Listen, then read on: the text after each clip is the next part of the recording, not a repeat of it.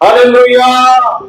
ప్రభునందు ప్రియమైన దేవుని యొక్క సంగమా, మరి యొక్క ఇక్కడ ఖర్జూరపు మట్టలు పట్టుకొని ఆయనను ఎదుర్కొని పోయి జయము ప్రభువు పేరిట వచ్చుచున్న ఇశ్రాయేలు రాజు స్తుతింపబడును గాక.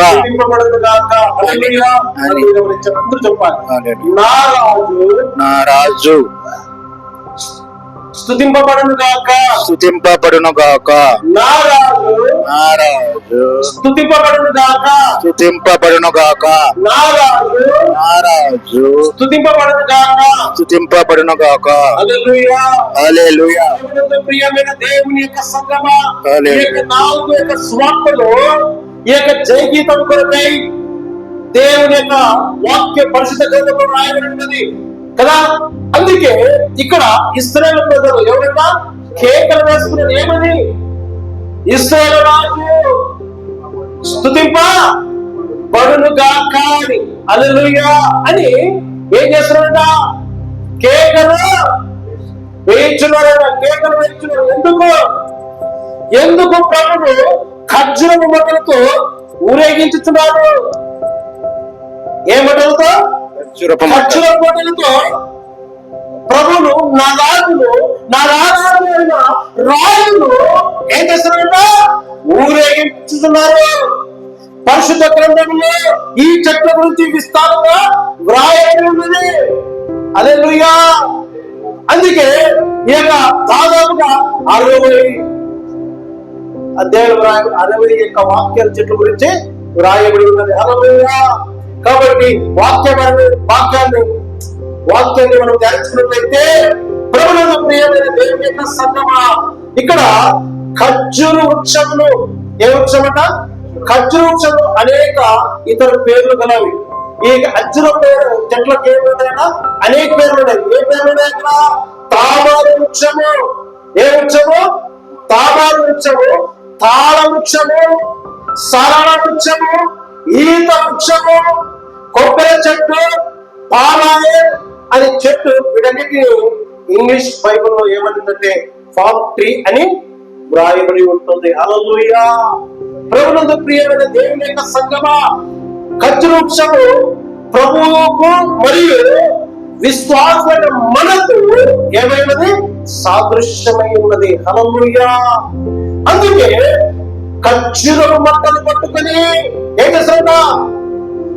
ఆయన ఎదుర్కొని పోయి జయము ప్రభు పేరిట వచ్చుచున్న ఇశ్రాయేలు రాజుకు స్తుతింపబడును గాక అని చెప్పి, నా రాజు ఎవరని? రాజు, నా రాజు ఇశ్రాయేలు రాజుకు స్తుతింపబడును గాక అని చెప్పి కేకలు వేయించున్నారు. హల్లెలూయా. ఎందుకంటే స్తుతులకు యోగ్యుడైన దేవుడు, అర్హత కలిగిన దేవుడు. అందుకే నా రాజుకు ఏం చేస్తున్నారు? అక్కడ స్తుతి అని కేకలు వేయించున్నారు. ప్రియులారా, హల్లెలూయా. అందుకే పాత నిబంధన గ్రంథంలో కూడా లేవి కాండము మనం చూసినట్లు గమనించినట్లయితే లేవి కాండము 23వ అధ్యాయము 40వ వచనంలో అక్కడ మనం ధ్యానించుకున్నట్లయితే ప్రభువునందు ప్రియమైన దేవుని యొక్క సంగమా, లేవి కాండము 23వ అధ్యాయము 40వ వచనంలో మొదటి దినమున మీరు దబ్బ పండ్లను, ఈత మట్టలను, గొంజి చెట్ల కొమ్మలను, కాలువల ఎద్ద నుండి నిరవంజి చెట్లను పట్టుకొని 7 దినములు మీ దేవుడైన యెహోవా సన్నిధిని ఉత్సహించుచుండవలెను. ఉత్సహించాలంటే జయ గీతముతో, సంతోషముతో దేవుని సన్నిధిలో రాజుకి ఏం చేయాలి? ఉత్సాహము చేయాలి. హల్లెలూయా. హల్లెలూయా. రాజు ఆయనకి ఏం చేయాలట? ఉత్సాహగానం చేయాలి. హల్లెలూయా. అందుకే ఇశ్రాయేలు ప్రజలు ఆయన రాజు అని చెప్పి ఆయన ఏం చేస్తున్నారు? స్తుతి గీతములతో, స్తుతులతో, కేకలు వేయించున్నారు. హల్లెలూయా. అందుకే ప్రభు యొక్క ఆయన రాజులకు రాజు అయినాడు కనుక అందుకే ఉత్సాహ గీతములు చేయించాడు. ఎందుకంటే ఆయన లోకాన్ని జయించాడు కాబట్టి. దేన్ని జయించాడు? శ్రమను జయించాడు, లోకాన్ని జయించాడు కాబట్టి ఆయనకు జయ గీతముతో, ఉత్సాహ గీతముతో ఆయన మనం కేకలు వేసి నా రాజుకు, రారాజుకు స్తోత్ర గీతములు, స్తుతులు చెల్లించాలి గనక. అందుకే ప్రభునందు ప్రియమైన దేవుని యొక్క సంగమ యోహాను సువార్త 16వ అధ్యాయము 13 గమనించినట్లయితే, నేను లోకమును జయించి ఉన్నాను. అందుకే ఆయన జయించాడు కాబట్టి, లోకాన్ని జయించాడు కాబట్టి, శ్రమని జయించాడు కాబట్టి, ఆయన పాపము లేకుండా, పాపాన్ని లేకుండా ఆయన జయించే పరిస్థితి లేక దేవుడు కాబట్టి అందుకే లోకమున శ్రమను జయించాను, లోకాన్ని జయించానంట. చూడండి 16 ఏమంటాడయ్యా? నేను లోకమును జయించి ఉన్నాను. హల్లెలూయా. ఏం జయించాడట?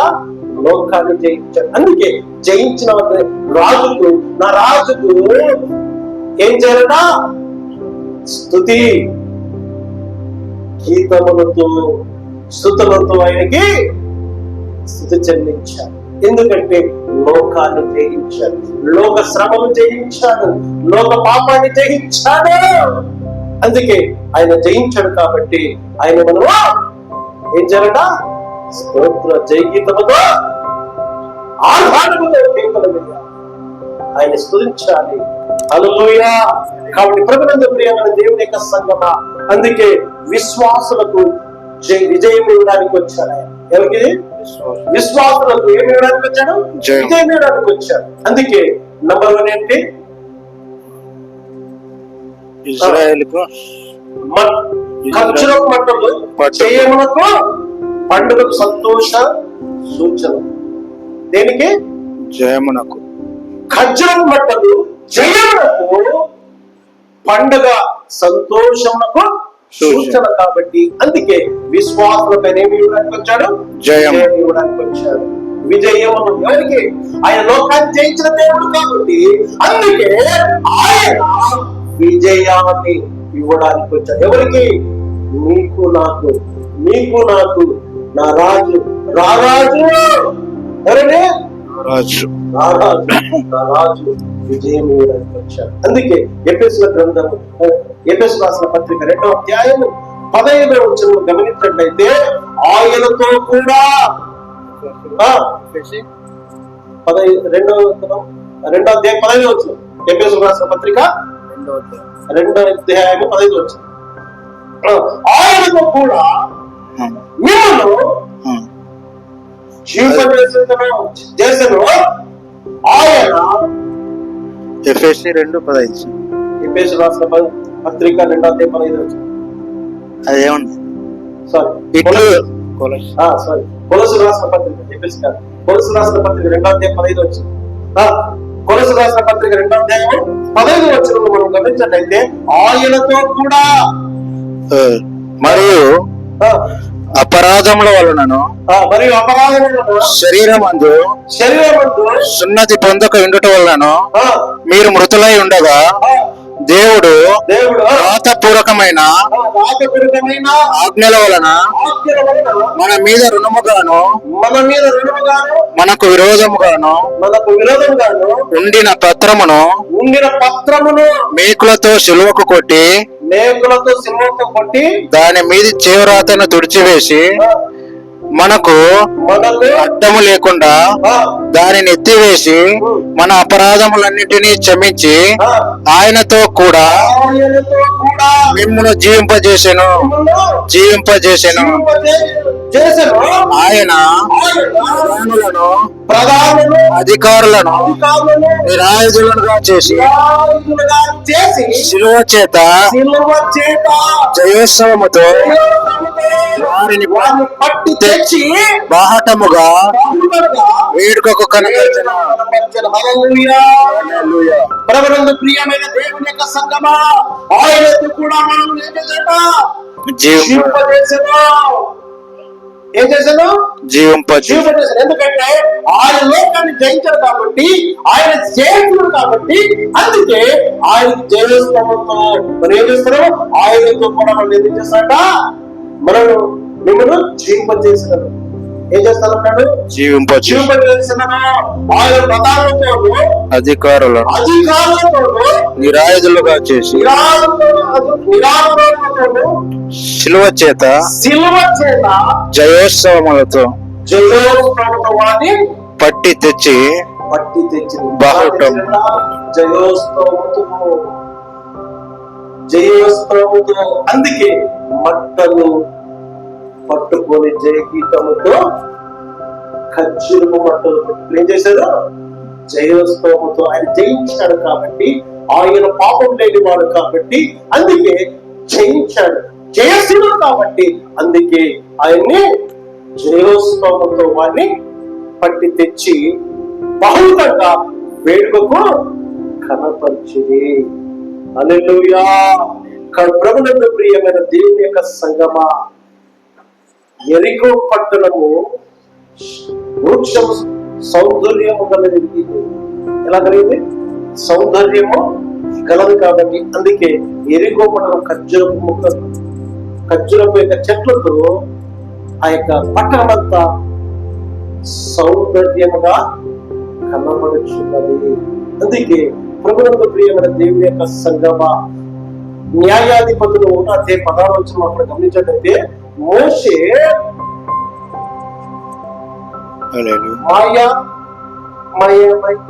మోషే మామ అయిన కేయును కుమారులు యూదా వంశస్థులతో ఖర్జూర చెట్ల పట్టణంలో నుండి ఆరాదు దక్షిణ దిక్కులోని యూదా అరణ్యమునకు వెళ్ళి అక్కడ చేరి ఆ జనముతో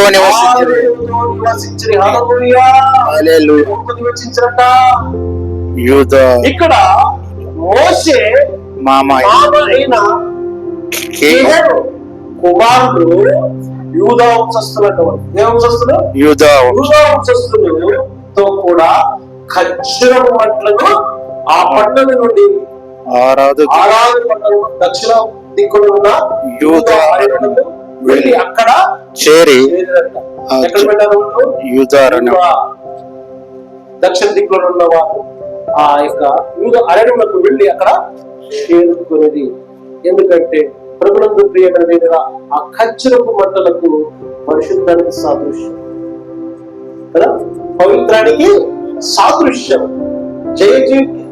జీతానికి జయోత్సవానికి ఉంది కాబట్టి అందుకే వాళ్ళు అక్కడ ఏం చేశారు? ఎక్కడికి వచ్చారు?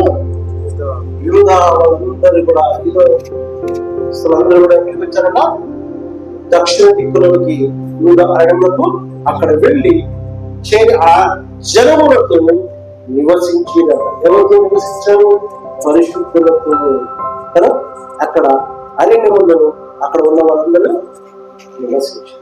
అంటే ప్రభునందు ప్రియమైన దేవుని యొక్క సంగమా, అందుకే ఖర్జూరపు మొట్టలు పట్టుకొని కేకలతో కదా ఏం చేస్తున్నాడు? కేకలతో అక్కడ చేస్తాడు. అందుకే ఆయన జయించాడు కాబట్టి అందుకే ప్రభునందు ప్రియమైన దేవుని యొక్క సంగమా, 2 కొరింథీ 2:14 ఒకసారి చదవండి. 2 కొరింథీ రాసిన పత్రిక 2:14 మా ద్వారా ప్రతి స్థలమందును క్రీస్తును కూర్చిన జ్ఞానము యొక్క సువాసనను కనపరచుచు ఆయన యందు మమ్మును ఎల్లప్పుడూ విజయోత్సవముతో విజయోత్సవముతో ఊరేగించుచున్న దేవునికి స్తోత్రము. హల్లెలూయా. ఏం చేశాడ? ఊరేగించుచున్నాడు. ఊరేగింపుస్తున్నాడు. మంచి శ్వాసంతో పరిశుద్ధమైన సహవాసంలో చేరుకోవడానికి ఆయన జయగీతముతో విజయోత్సవముతో అని చేస్తున్నాడు. హల్లెలూయా. అదే మొదటి కొరింథీయులకు రాసిన పత్రిక 15వ అధ్యాయం 57వ వచనం. హల్లెలూయా. ప్రభువునందు ప్రియమైన దేవుని యొక్క సంగమా, మొదటి కొరింథీ 15వ అధ్యాయం 57వ వచనం.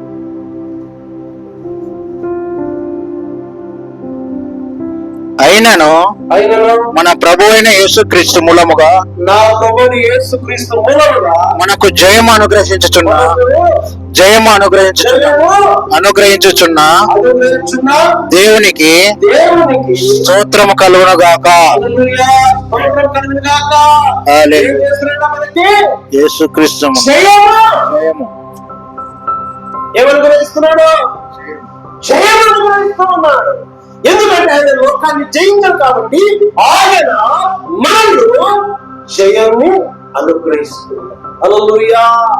ప్రభువునందు ప్రియమైన దేవుని యొక్క సంగమా, ఆయన మనం ఏం చేస్తున్నాడు? జయగీతం మనం ఆయన ఎక్కడ కనిపిస్తున్నాడు? ఆయన మనలో చేయాలి. ఎందుకంటే లోకాన్ని జయించడు కాబట్టి, లోక పాపాన్ని జయించడు కాబట్టి మనలో కూడా ఎక్కడ నడిపిస్తాడట? జయోత్సవముతో మనం నడిపిస్తూ ఉన్నాం. హల్లెలూయా. అందుకే ప్రభువునందు ప్రియమైన దేవుని యొక్క సంగమా, ఆయన మట్టల ఆదివారము ఖజ్జరపు మట్టలతో ఊరేగింపుతో జయగీతముతో కేకలతో ఏం చేస్తున్నారట? ఊరేగిస్తూ ఉన్నారు. హల్లెలూయా. అందుకే ప్రభువునందు ప్రియమైన దేవుని యొక్క సంగమా, ఆయన 4 సంవత్సరం రాయబడింది కదా. ఆయన ఊరేగింపు చేస్తున్నాడు. ఎక్కడ చేస్తున్నాడు? ఎలా చేస్తున్నాడట? జయ ప్రవేశం గురించి 4 సువార్తలు రాయబడింది. అవునా కాదు? అందుకే యేసుక్రీస్తు ప్రభువారు మరణకప్పుడు ముందు బెతనియలో విశ్రాంతి తీసుకొనిచున్నాడు. ఎక్కడున్నాడు ఆయన? బెతనియలో విశ్రాంతి తీసుకొనిచున్నాడు. యెరూషలేము సమీపించి ఓలివ చెట్ల దగ్గర ఉన్న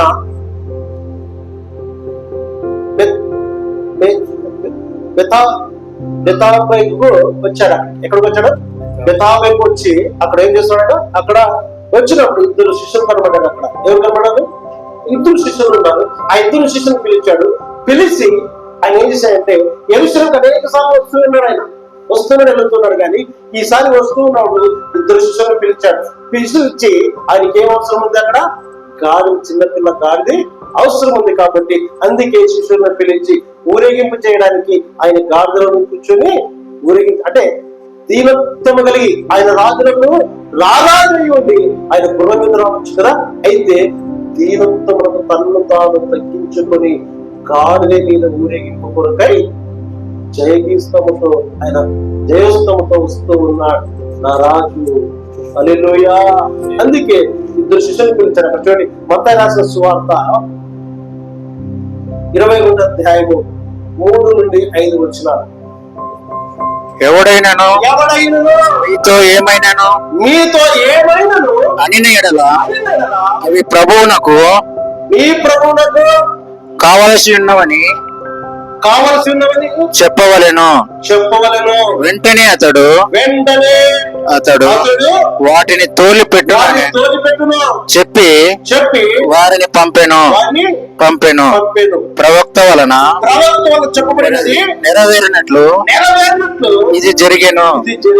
ఇదేమనగా ఇదిగో నీ రాజు సాత్వికుడై గాడిదను భారవాహక పశువు పిల్ల అయిన చిన్న గాడిదను ఎక్కి నీ యొద్దకు వచ్చుచున్నాడని సీయోను కుమారితో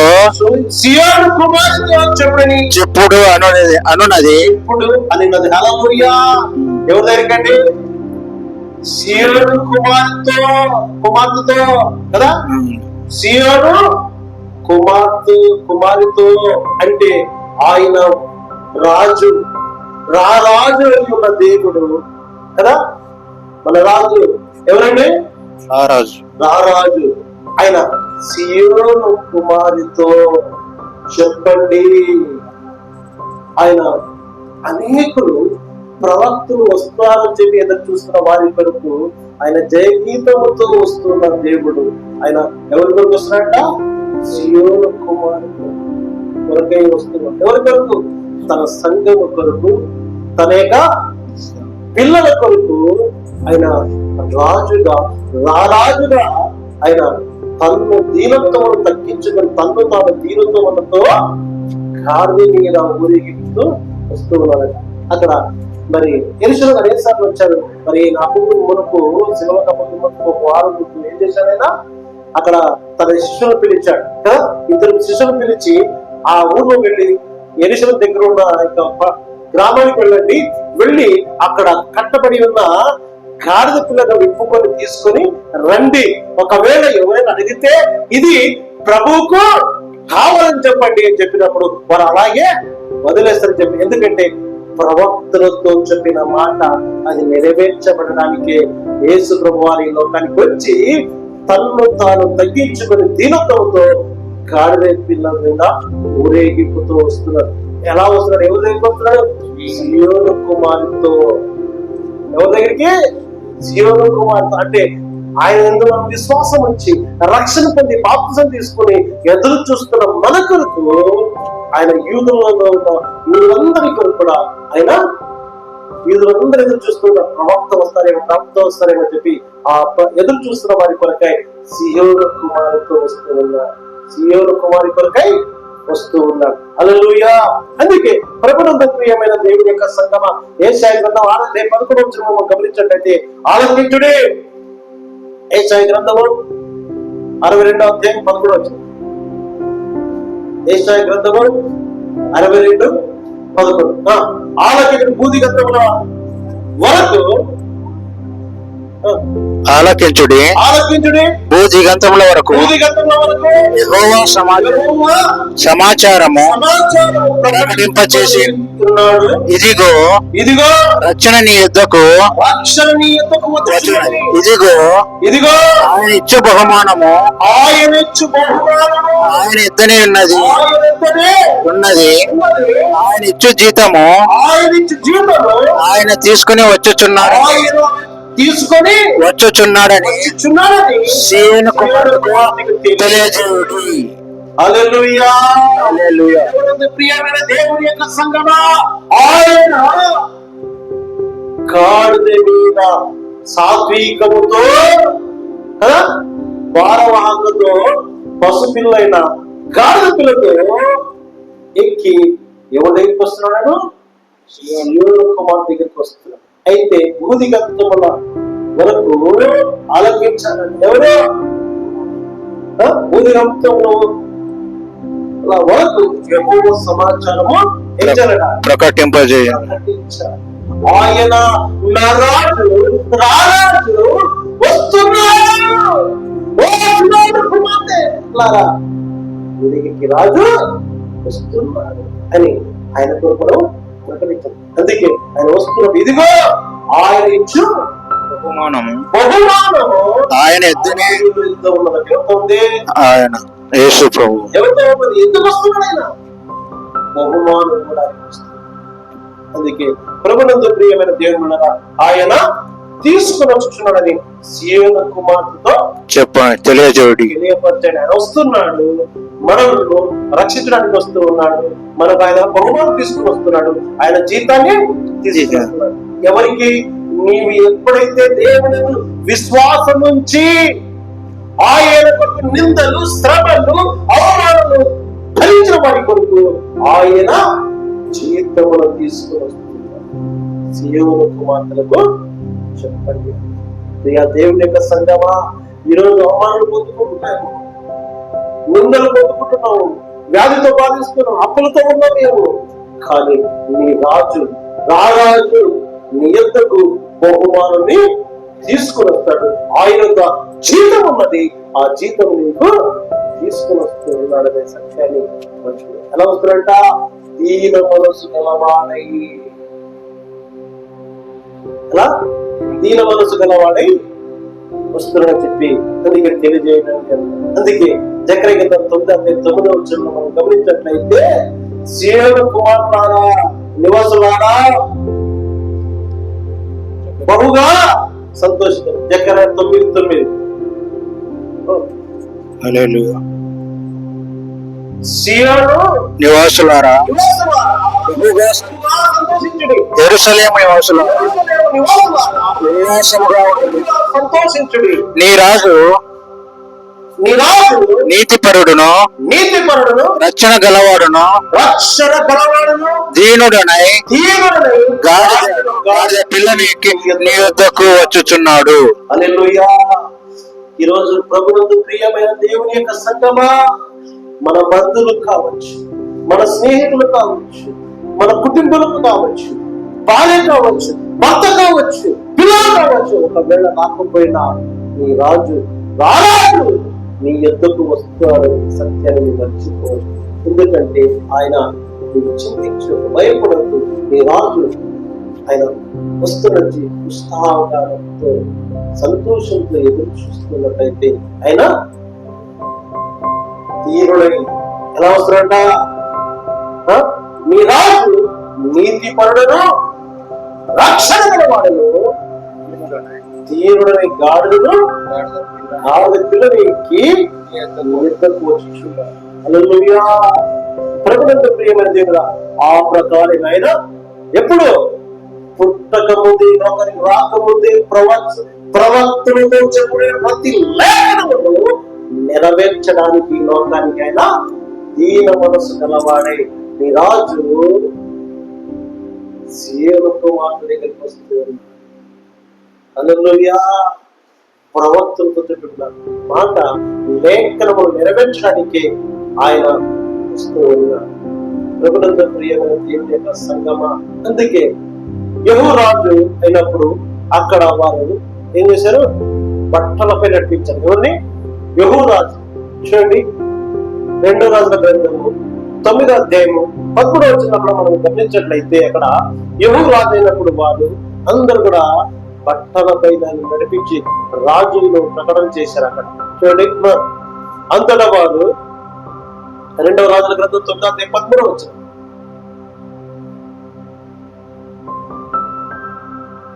అంతటా వారు అతి వేగరముగా 2వ రాజులు 9:13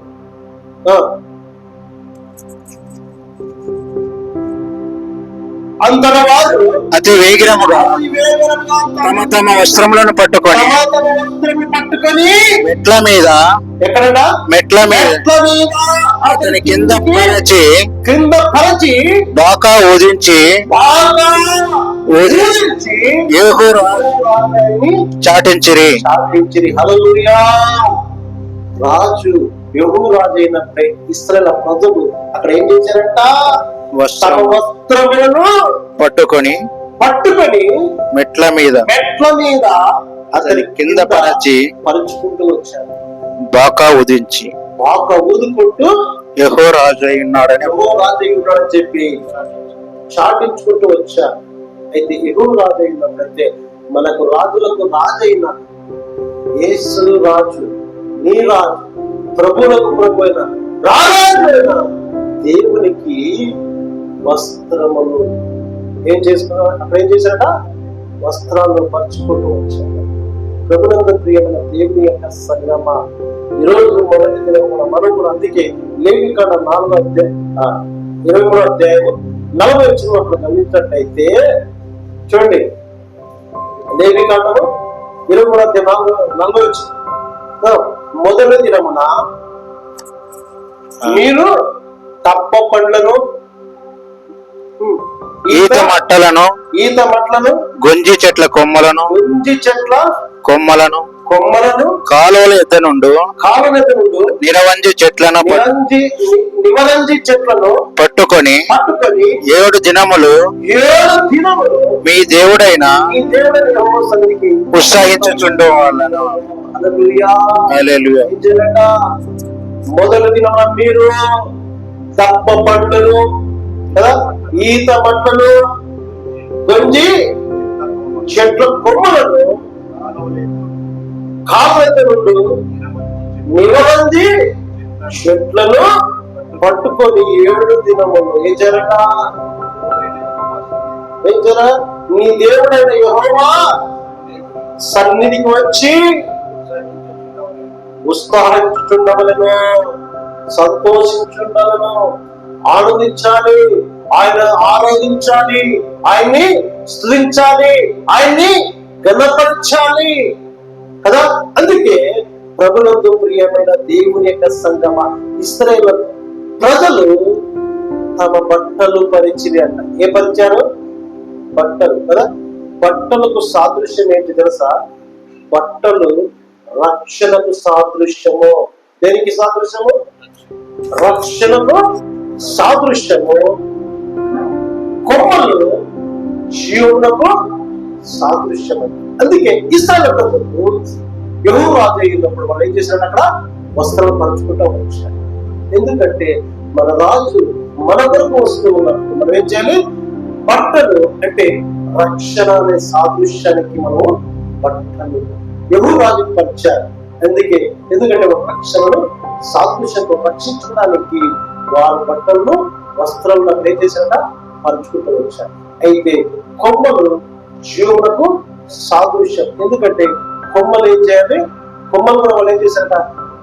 ఈదు దెబ్బలు పట్టుకొని అక్కడ పట్టుకుంటూ వచ్చారు. ఎందుకంటే జీవమునకు సాదృశ్యం. ఈ జీవము దేవుని సన్నిధిలో వస్తూ ఉన్నప్పుడు కూడా అందుకే వస్త్రములు దెబ్బమట్లు ఈత మట్లను పరుచుకుంటా జయగీతముతో ఊరేగించుకుంటూ తీసుకుంటూ వస్తూ ఉన్నారు. హల్లెలూయా. కాబట్టి ప్రభువుతో ప్రియమైన దేవుని యొక్క సంగమ. అందుకే నిర్గమకాండము 13వ అధ్యాయము 13వ వచనం ప్రకారము కార్మికులను వెల ఇచ్చి విడిపించుకోవాలి. 13వ అధ్యాయం 13వ వచనం. ప్రతి గాడిద తొలి పిల్లలను వెలయించి విడిపించి దానికి గొర్రె పిల్లను ప్రతిష్ఠించాలను. అట్లు దానిని విడిపించని ఎడల దాని మెడను విరుగదీయవలెను. నీ కుమారులలో తొలిచూలువైన ప్రతి మగవానిని మించి విడిపింపవలెను. హల్లెలూయా. ప్రియమైన దేవుని యొక్క సంగమా, మోషే ధర్మశాస్త్రం ప్రకారము ఎప్పుడైతే ఏం చేయాలట? ప్రతి గాడిద పిల్ల వెల ఇచ్చి విడిపించాలి. ఎందుకంటే పాపానికి దాన్ని విడిపించడం కదా. ఎవరైతే పాపం చేసినప్పుడు ఏం చేయాలట? ప్రతి గాడిద తొలి పిల్లలు ఏం చేయాలట? వెల ఇచ్చి విడిపించాలి గాడిద పిల్లలు. దానికి మారుగా ఏం చేయాలంటే దానికి బదులుగా గొర్రె పిల్లను ఏం చేయాలి? ప్రతిష్ఠించవలెను. గొర్రె పిల్లను ప్రతిష్ఠించవలెను. గొర్రె పిల్లను ప్రతిష్ఠించాలని అంటే ఆయన యెహోవా యేసు ప్రభు వారు గొర్రెల కాపరి, మనం గొర్రె. అంటే మనం ఏం చేయాలి? దేవునికి ప్రతిష్ఠించుకోవాలి కదా, దేవునికి సమర్పించుకోవాలి. మన జీవితాన్ని, మన బ్రతుకును మనం ఎవరికి ప్రతిష్ఠించుకోవాలి? దేవునికి ప్రతిష్ఠించుకోవాలి. అట్లు దాన్ని విడిపించని ఎడల మెడను విడిపించగలనా? దాని మెడను విరగదీయవలెను. నీ కుమారులలో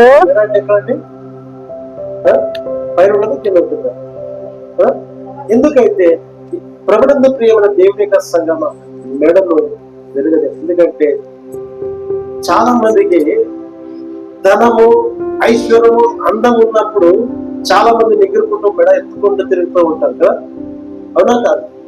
అందుకే యేసు ప్రభు వాళ్ళు మెడను చటేశ అంటే అహంకారాన్ని తన్ను వెలుగొట్టమని. అందుకే యేసు ప్రభు తన్ను తాను దీనత్వంలో తగ్గించుకొని రాజయ్యుడి కూడా దేని మీద వస్తున్నాడు? గాడిద మీద వస్తున్నాడు కదా. అందుకే ఈ అహంకారులు కదా వారి యొక్క అహంకారంతో మెడలు ఎత్తుకుని తిరిగే వాళ్ళు ఉంటారు కదా. అందుకే మెడలు ఏం చేయాలంట? విరగదీయాలంట. నీ కుమారుడు తొలిచుండి అయినా ప్రతి మగవారిని వెలయించి విడిపింపవలెను. వెలయించి విడిపించాలి. ఎందుకంటే ప్రభునందు ప్రియమైన దేవుని యొక్క సంగమా, మనం ఎప్పుడైతే యేసు ప్రభువారి యొక్క సన్నిధిలో మనం వస్తూ ఉన్నప్పుడు అందుకే ఈ యొక్క మట్టల ఆదివారము మట్టలు, అందుకే 4 స్వార్థంలో జయగీతముతో కేకలు వేస్తూ జయస్తముతో తీసుకొని వస్తూ ఉన్నా. అందుకే మట్టల యొక్క ఆదివారము మట్టలతో వాళ్ళు ఏం చేస్తారంటే యెహోరాజు వస్తూ ఉన్నప్పుడు అక్కడ వాళ్ళు వస్త్రాలు పరుచుకుంటూ వచ్చారు. దెబ్బ మట్టలు ఈత మట్టలు తీసుకుంటూ పరుచుకుంటూ వచ్చారు. మనం కూడా రక్షణ పొంది బాప్తిజం తీసుకున్న మనం కూడా ఏం చేయాలి? బట్టలకు సాదృశ్యం ఏంటి? రక్షణ. కొమ్మలకు సాదృశ్యము జీవము. మన రక్షణను కాపాడుకోవాలంటే, మన జీవాన్ని కాపాడుకోవాలంటే దేవుని యొక్క సన్నిధిలో మన హృదయాన్ని, మన మనస్సును, మన తలంపును మనం దేవునికి ఏం చేయాలి? మార్చాలి. ఆ విధంగా ఆ రాజు వస్తువులని చెప్పి మనం ఏం చేయాలి? మర్చుకుంటూ రావాలి. అందుకే దేవుని బిడ్డలకు కూడా ఆత్మ సౌందర్యం గలవారై ఉండాలి. ఏముండాలి? ఆత్మ సౌందర్యం గలవారై ఉండాలి. ఎందుకంటే హెబ్రీ భాషలో ఖర్జూరపు పంటను తామరు అంటారు. తామర అంటే అందము కలిగినది. ఏం కలిగినది? తామర అంటే అందము కలిగినది. అందుకే ప్రభునందు ప్రియమైన దేవుడు యేసు ప్రభు వారు సౌందర్యవంతుడు. అలాంటి వారైనా సౌందర్యం, అవునా కాదు? అందుకే ప్రభునందు ప్రియమైన దేవుని యొక్క సంగమ మనము ఆయన సౌందర్యవంతుడైన దేవునికి, అందుకే పరమగీతంలో చూస్తున్నట్లయితే చూడండి 5వ అధ్యాయం 10వ వచనంలో గమనించినట్లయితే, నా ప్రియుడు ధవళ వర్ణుడు రత్నవర్ణుడు 10,000 మంది పురుషులు అతన్ని గుర్తింపవచ్చును. చూడండి పరమగీతం 5వ అధ్యాయం 10వ వచనం. నా ప్రియుడు ధవళవర్ణుడు 10,000 మంది పురుషులలో అతనిని గుర్తింపవచ్చును. హల్లెలూయా. ఎందుకంటే ఆయన బహు సుందరుడు. ఎలాంటి వారు? బహు సుందరుడు. అందుకే ఎప్పుడు భాషలో ఖర్జూరపు తామర, తామర అంటే అది అందము అని అర్థం. హల్లెలూయా. సౌందర్యం అని అర్థం. అందుకే ఆయన యేసు ప్రభువు సౌందర్యవంతుడు కాబట్టి, అందుకే నా ప్రియుడు ధవళ వర్ణుడు రత్నవర్ణుడు 10,000 మంది పురుషులలో అతని గుర్తింపవచ్చు. ఎన్ని వేల మందిలో? 10,000 మందిలో. అంటే ఆయన నా రాజు అని చెప్పి, నా దేవుడు అని చెప్పి, నా ప్రభువు అని చెప్పి 10,000 మందిలో కూడా ఆయన రత్నవర్ణుడు ధవళవర్ణుడు సౌందర్యుడు కాబట్టి ఆయన్ని మనము గుర్తించాలి. ఎందుకంటే ఆయన మన కొరకు ఆయన లోకాన్ని జయించాడు, శ్రమలను జయించాడు. కాబట్టి ఆ జయించిన వారిని 10,000 మందిలో ఉన్నా కూడా ఆయన్ని గుర్తించాలి. హల్లెలూయా. అందుకే అదే పరమగీతం 5వ అధ్యాయం స్త్రీలలో అతిగా సుందరిగా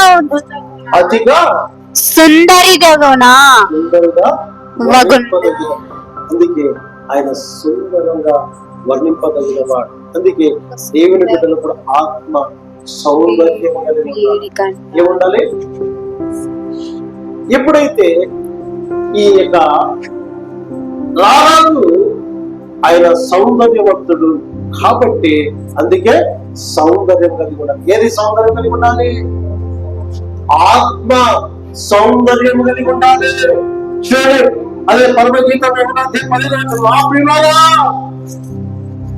నా ప్రియులారా నీవు సుందరమని, నీవు సుందరి, నీ కనులు కళ్ళు. నా ప్రియుడా నీవు సుందరుడవు, నీవు సుందరుడవు, సుందరుడవు, అతి మనోహరుడవు, అతి మనోహరుడవు. మన కావాల్సింది ఏమిటంటే అతి సౌందర్యము. ఏది? ఆత్మ సౌందర్యం కలిగి ఉండాలి. ఏం కలిగి ఉండాలి? నా ప్రియులారా, నీవు సౌందర్యం, నీవు సౌందర్యం. నీ కన్నులు గువ్వకు కళ్ళు. అందుకే దేవుని బిడ్డలు ఎలా ఉండాలి? దేవుని బిడ్డలకు కావాల్సింది సౌందర్యము. ఏం కావాలి? అంత సౌందర్యం. అందుకే ఆత్మ సౌందర్యం కలిగి ఉండాలి, ఆత్మ పరిశుద్ధం కలిగి ఉండాలి. అందుకే అందము అంటే అందము మోసకరమైన వాక్యం సమీపిస్తున్నారు. అందుకే సామెత 30 గమనించినట్లయితే అందము మోసకరము, సౌందర్యము వ్యర్థము. యెహోవా యందు భయభక్తులు కలిగిన స్త్రీ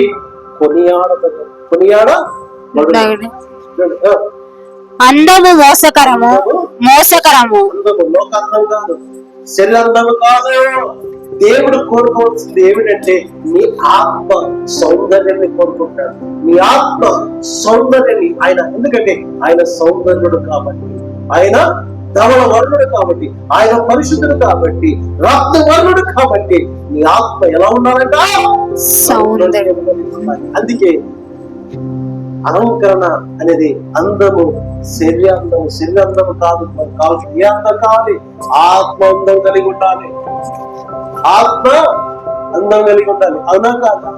అందుకే అందము మోసకరము, సౌందర్యము వ్యర్థము. ఏమిటి? అందము మోసకరం.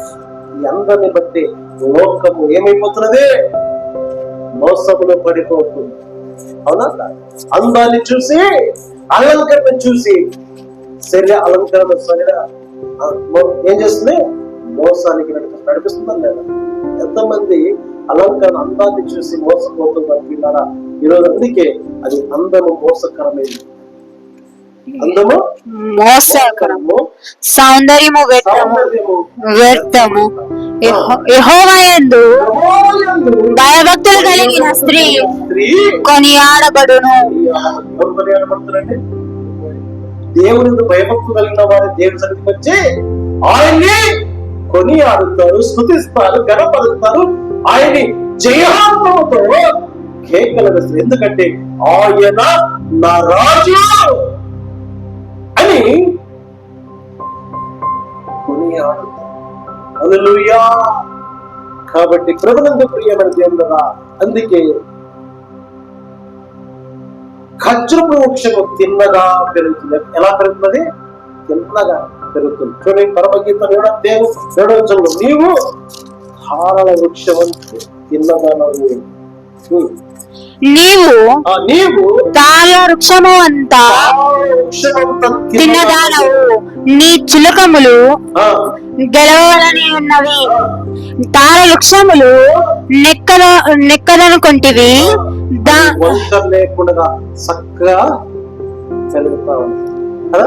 అంటే ప్రభునందు ప్రియమైన దేవుని యొక్క సంగమ, తాళ వృక్షము తిన్నగా అంటే పొడువుగా ఉంటది, వంకరగా ఉండదు. అంటే అనగా వంకర లేని బుద్ధి కలిగి, జ్ఞానం కలిగిన స్త్రీ వలె ఉండాలి. అందుకే వృక్షము తిన్నగా అంటే చక్కగా ఎత్తుగా పెరుగుతుంటది. కానీ చెట్టు, ఆ తామర వృక్షము ఎక్కడ కూడా వంకర తింకరగా అది పెరగదు. అందుకే ప్రభునందు ప్రియమైన దేవుని యొక్క సంగమ, ఖర్జూర వృక్షము ఎలా పెరుగుతుందా? తిన్నగా పెరుగుతుంది. అందుకే పరిశుద్ధ గ్రంథంలో వంకర అనడానికి పాపులకు సాదృశ్యంగా ఉన్నది. హల్లెలూయా. తామర వృక్షము ఎలా పెరుగుతుంది?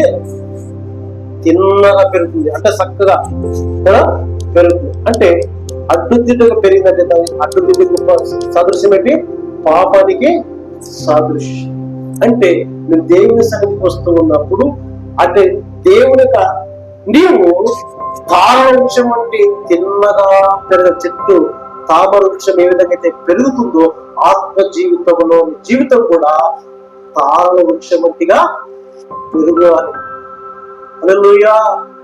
అవునా? అడ్డుదిడ్డు పెరుగుతుందంటే అది పాపానికి సాదృశ్యం. అంటే దేవుని సన్నిధికి వస్తున్నాడు, భయభక్తులు కలిగి మేము జీవిస్తూ ఉన్నప్పుడే మనుషులు అంటే తామర వృక్షంలాగా తిన్నగా పెరుగుతుందని అర్థం. అంటే దేవుని సన్నిధికి వస్తూ ఉన్నప్పుడు అటు ఇటు లోకం వైపు దేవుని వైపు నువ్వు ఉన్నావంటే పాపంలో పెరుగుతున్నావని అర్థం. హల్లెలూయా. కాబట్టి మనం ఎలా పెరగాలి? తామర వృక్షం వలె పరిశుద్ధమైన దేవుని యొక్క సన్నిధిలో తామర వృక్షం వలె పెరగాలి. హల్లెలూయా. అందుకే ప్రభునందు ప్రియమైన దేవుని యొక్క సంగమ కీర్తనలు 125 కీర్తన 5వ వచనం, తమ వంకర కర్రలకు తొలగిపోవడానికి తమ వంకర త్రోవలకు తొలగిపోయే వారిని పాపము చేయి వారితో యెహోవా కొనిపోవును. హల్లెలూయా. ప్రభునందు ప్రియమైన దేవుని యొక్క సంగమా, తామర వృక్షం ఏ విధంగా వంకర తింగగా అది పెరగదు. కాబట్టి ఆత్మ జీవితంలో ఎదుగుతూ ఉన్నప్పుడు నీవు తమ వంకర త్రోవలకు తొలగిపోవాలని, అంటే పాపం నుండి తొలగిపోవాలని ఏం చేశాడు దేవుడు? తొలగిపోవాలి. పాపం చేయి వారితో కొనిపోవును. ఎవరిని? పాపం చేసిన వారిని పరిశుద్ధి తీసుకుపోయిన తర్వాత అక్కడ ఉంది మరవద్దు చెల్లినేమో మరవద్దు. ఎందుకు? లెక్క అక్కడ చెప్పాలి. అవును కదా? అందుకే పాపం కూడా తీసుకుని పోతాడు, మరి పరిశుద్ధులు కూడా తీసుకుని పోతాడు. అక్కడ తీర్పులు అయినా తీసుకుని వెళ్ళడానికి వచ్చాడు. ఎందుకంటే ఆయన రాజుగా వస్తాడు, మనల్ని తీర్పు తీర్చే రారాజు కాబట్టి అందుకైనా వస్తాడు. కాబట్టి అందుకే జాగ్రత్తగా ఉండాలి. హల్లెలూయా. అందుకే సామెత గ్రంథం 2:15 చూస్తూ గమనించండి, వారు నడుచుకోవడం వంకరవి, వారి కుటుంబ ప్రవర్తనలు 2 వారు నడుచుకొని త్రోవలు వంకరవి. వారు కుటిల వర్తలను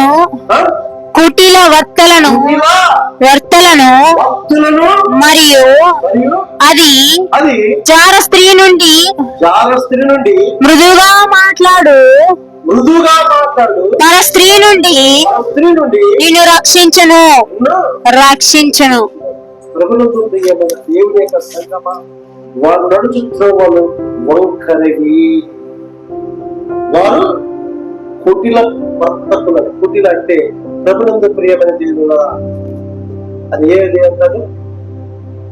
రంగు మార్చదని ఏమంటుందండి?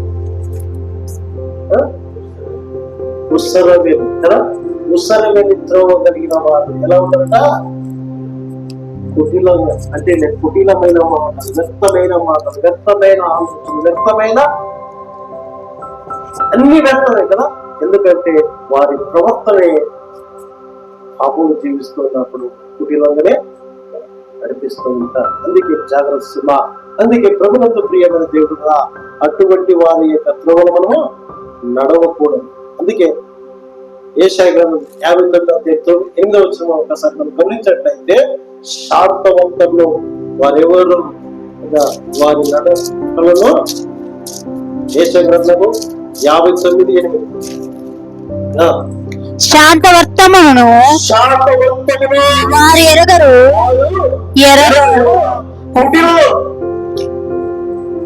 ఏది ఎరగరట? శాంతవర్తమును కదా. అందుకే శాంతవర్తములను వారి నడవలలో న్యాయము కనబడదు.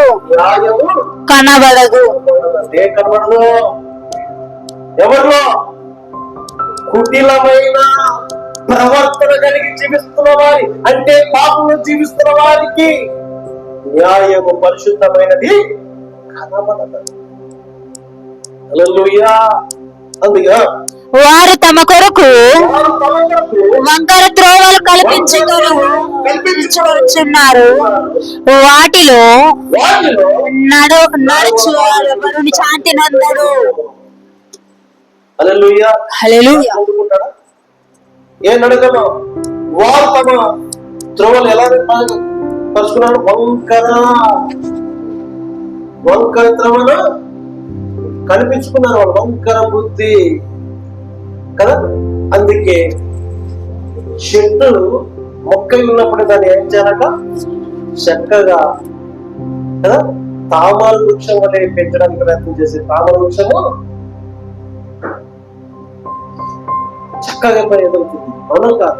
అందుకే నీతిమంతుల జీవితము పరిశుద్ధంగా జీవించుకోవడానికి, పరిశుద్ధంగా బ్రతకడానికి యేసు ప్రభువును అంగీకరిస్తారు. యేసు ప్రభువు నడకలో నడుచుకుంటారు. అందుకే ఈ యొక్క తమ కొరకు వంకరలు కల్పించుకొనుచున్నారు. వాటిలో వాడెవడును శాంతి. హల్లెలూయా. పాపమును జీవించేవాడు, పాపమును అనుసరించేవాడు ఎప్పటికీ శాంతిని పొందుకోలేడు. అందుకే యేసు ప్రభువు నేనే మార్గము, నేనే జీవము, నేనే సత్యము. అందుకే యోహాను సువార్త 14వ అధ్యాయం ఆలోచనలో గమనించినట్లయితే నేను ఈ మాట చెప్పి నేను చూపిస్తాను.